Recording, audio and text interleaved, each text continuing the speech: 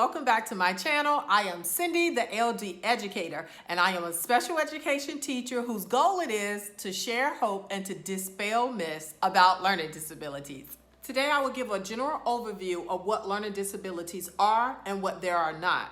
Now there seems to be a lot of confusion about what learning disabilities really are, and so my goal today is to help clear some of those things up. In fact, I've decided to do a series on the different types of learning disabilities where I will go into more detail on each type. But today we're just going to start with a brief overview of what they are and what they are not.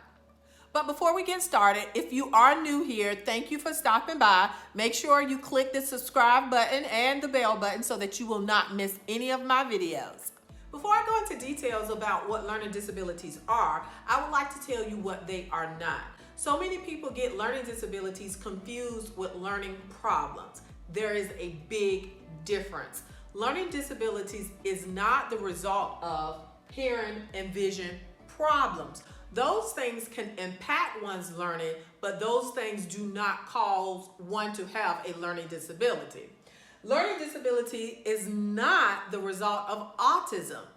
Learning disabilities is not the result of having an intellectual disability, what we formerly know as mental retardation. Learning disabilities are not emotional disturbances, and learning disabilities is not the result of some type of disadvantage, whether it's culturally, whether it's economically, or whether it's a child who has not had the opportunity to receive an education. Those things do not constitute one with a learning disability. Federal regulation actually refers to learning disabilities as a specific learning disability, and it actually comprises several different disorders that are all individual and unique within themselves. And I think that's kind of where a lot of the confusion comes from. When we say somebody has a specific learning disability, what does that mean? Well, let's go over the definition of what a specific learning disability really is. The Individuals with Disabilities Education Act provides that specific learning disability means a disorder in one or more of the basic psychological processes involved in understanding or in using language, spoken or written, which disorder may manifest itself in the imperfect ability to listen, think, speak, read, write, spell, or do mathematical calculations.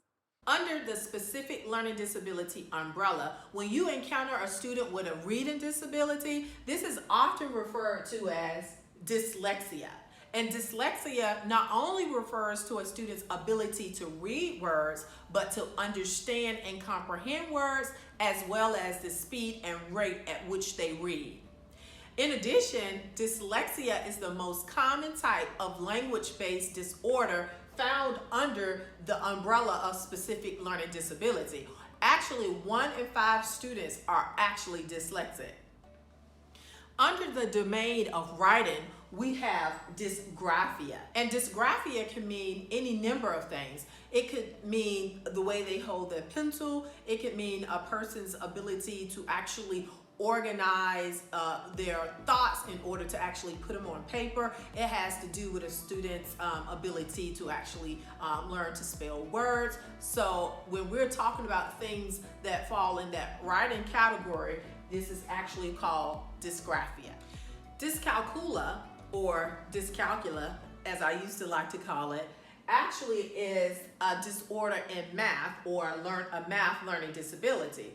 And it too can mean any number of things. It could mean a student inability to count, someone who has issues with shapes and patterns, maybe time, counting money, measurements, but dyscalculia is math.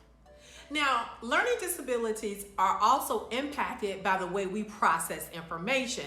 That is, listening, visual, even our ability to organize. An auditory processing disorder involves a problem with hearing and a child's or a person's inability to hear and make sense of the sounds that they heard. Whereas when we're talking about a language processing disorder, it's an inability to process language. Those students actually have a hard time understanding the spoken language or even reading and comprehending words.